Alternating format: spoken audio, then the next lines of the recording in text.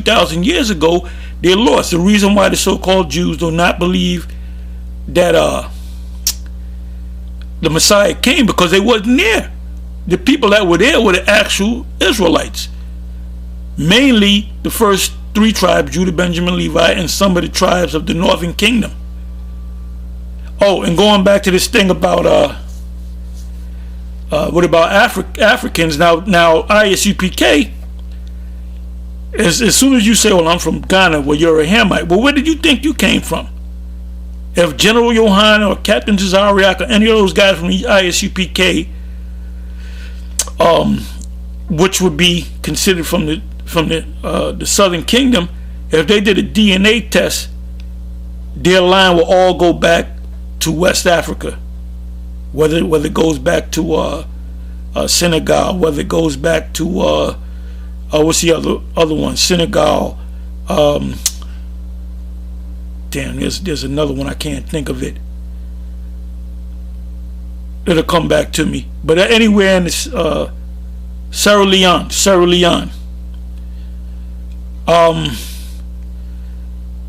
What's this other place? Cape Verde. You got a lot of Cape Verdean people that live up in Rhode Island and Boston, and they came from so-called Africa. Those are Israelites, man. You know. Let's listen on. Okay, so let me ask you, what is the problem? What is the beef that you brothers have with Africa? He picked the wrong one, didn't he? I take care of him. Well, see, I don't know what are, so that's good. Well, you have Hamites. You have Hamites over there, and you have Israelites over there. The greatness of Africa comes from the Israelites in Africa. Like you have one individual that comes to mind is Hannibal Barca in the city of Carthage, which means in the Hebrew, new city. And Hannibal Barca is Hebrew for Barak, which means lightning. And he fought against them. He would beat the Romans. Anytime the Romans came to take over, invade Carthage, he would beat them. But he said, we're gonna go to Rome and we're gonna take the Roman Empire down. That's when he lost, because he lost most of his men going over the Alps mountains with that cold. Other than that, they would have beat him. And the reason why they couldn't take down the Romans, because the Most High had set up the Romans to fulfill prophecy. The reason why you have a Roman Empire, a Babylonian Empire, a Greek Empire, this current system that we have now was all set up by the Most High.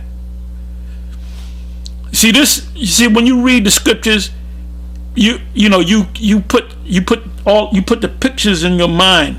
You make a movie in your mind, and when you come across a scripture, you can picture it in your mind what it means. Hold on. Man, they're my brothers, man. They're my brothers, man. But look, okay, he said, what's his brother? Damn, the mighty Hebrew. He said, I love One West, as if One West teaches that Hamites are our enemy. Yes, Hamites are our enemies. It tells you in Isaiah, what is that, 43? It says that they're going to come to thee in chains. So the Hamites are going to be our slaves. But you have Israelites that live in the land of Africa, the land of Ham, that think that they're Africans. So they're lost right there. Actually, you know what I'm going to do? Let me go to that. So now I'm going to bring up a precept. I believe that's Isaiah 45, if I'm not mistaken. I ain't brought that out for a while. Let's see. 45, I believe it's 45 verse 13. Let's see if I'm correct.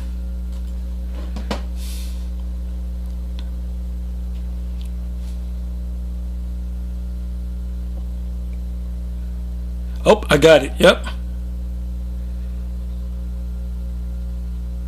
I'll go right to the 14th verse. Matter of fact, I'll go to the 13th verse.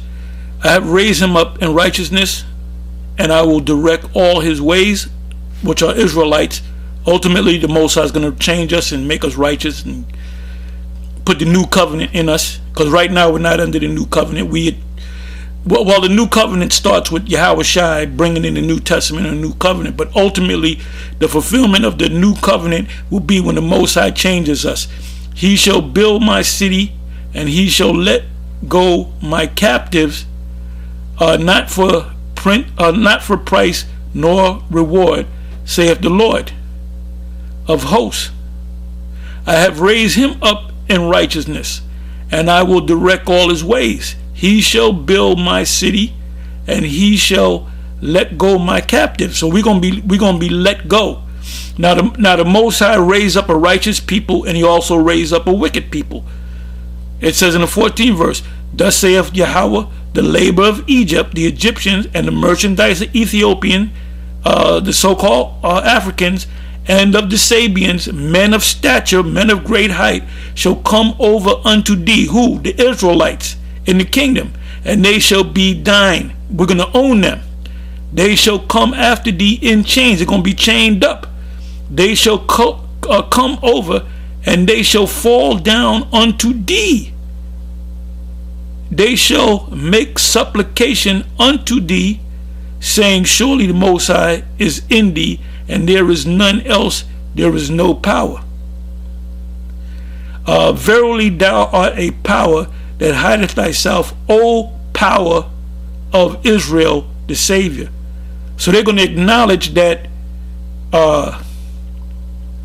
that the Israelites are the great nation of the Most High. So when these guys snickled and the mighty Hebrew said, I love one West, look, them Hamites are the enemies, man. But you have Israelites over there in the land of Ham that think that they're Hamites. Those are Israelites. Those are Israelites. So now let's come back over here.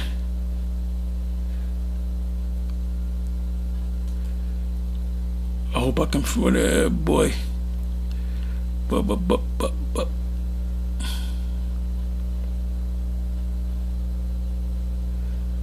This is what I hate. Okay, here we go. Let's listen to it again.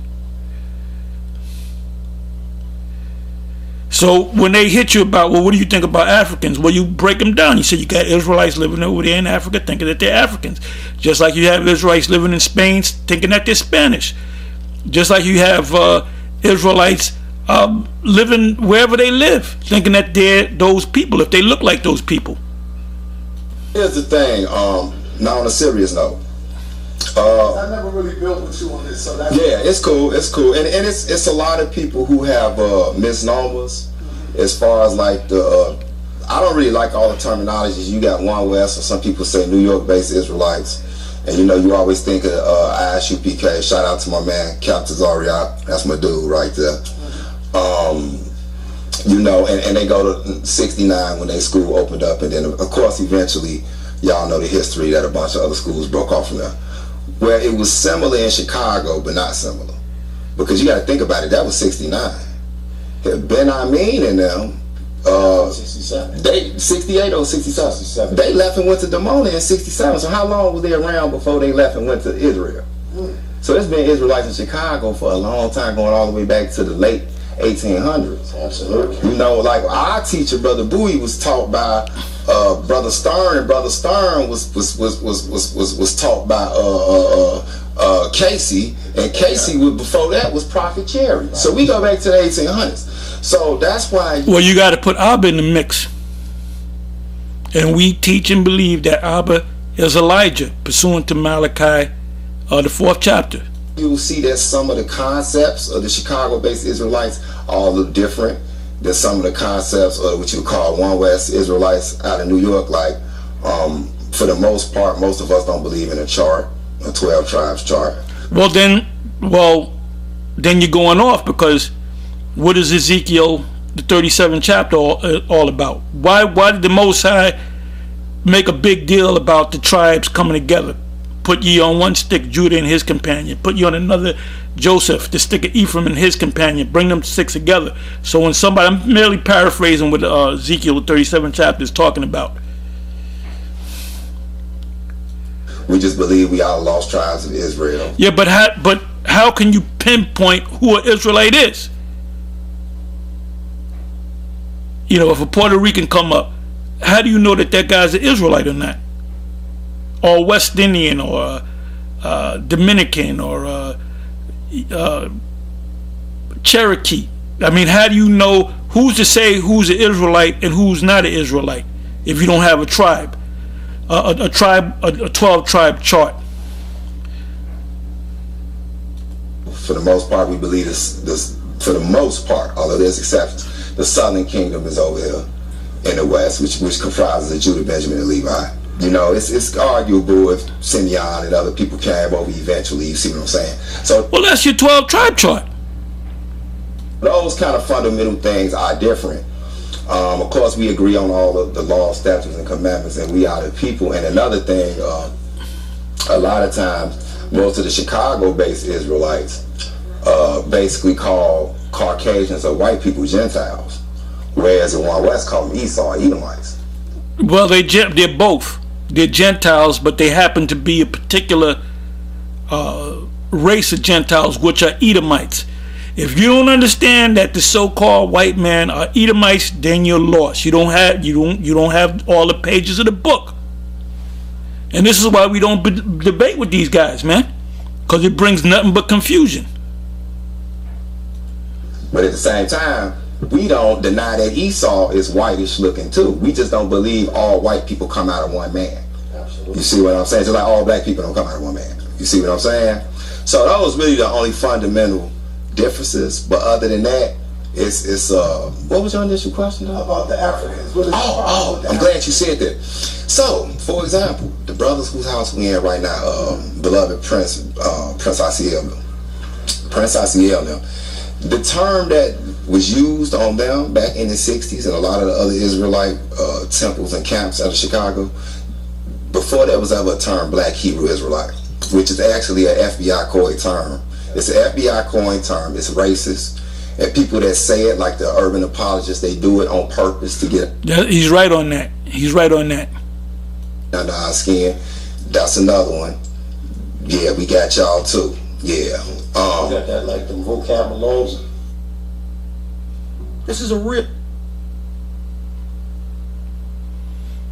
Let me see if I can turn this down.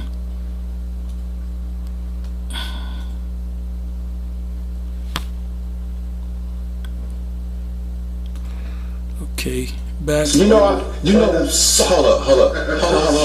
me tell you something. You know, I was reading his book earlier. He wrote a book. You up on Urban Apology. It's called Black Hebrew Israelites versus Barack Obama. Yeah. I'm reading the book. I've been knew about it. Yeah. But you know I'm in his book. Yeah. Oh, he put you in? Yeah, me, Kanye, been Israel, out of Chicago, from Israel, got said my whole whip. Oh, man. Yeah, something like that. Yeah. Put your picture in there? No, he ain't had a picture. He didn't have my social security number in there, though. You put your social security? No, I'm exaggerating. How do you feel that he got you in this book? That just go to show you that they building a foul on us. See, this is why I tried to warn brothers about not being spooky. Now, me and Vocab have talked. We've talked in person. He came to Chicago. I give it to him. Yeah, Vocab is nothing but a demon working for demons over him. That's all he's doing, trying to upset the prophecies. He did a seminar at a black church here, right? At this point, his book was already released. So, you know, people sending me screenshots, like, man, you know, this dude got you in your book. So I'm like, oh, no, I ain't going. Then I heard he was coming to Chicago. So, you know, we squadded up. He came, and then you gonna come to a black church in my neighborhood trying to warn them of Hebrew Israelites, saying don't listen to them. That's crazy. Yeah, so you don't want them to know they're God's people. Yeah. You want them in there eating pork chops and all that. That's exactly what he wants. He wants them, because this thing is getting bigger and bigger. This Hebrew Israelite thing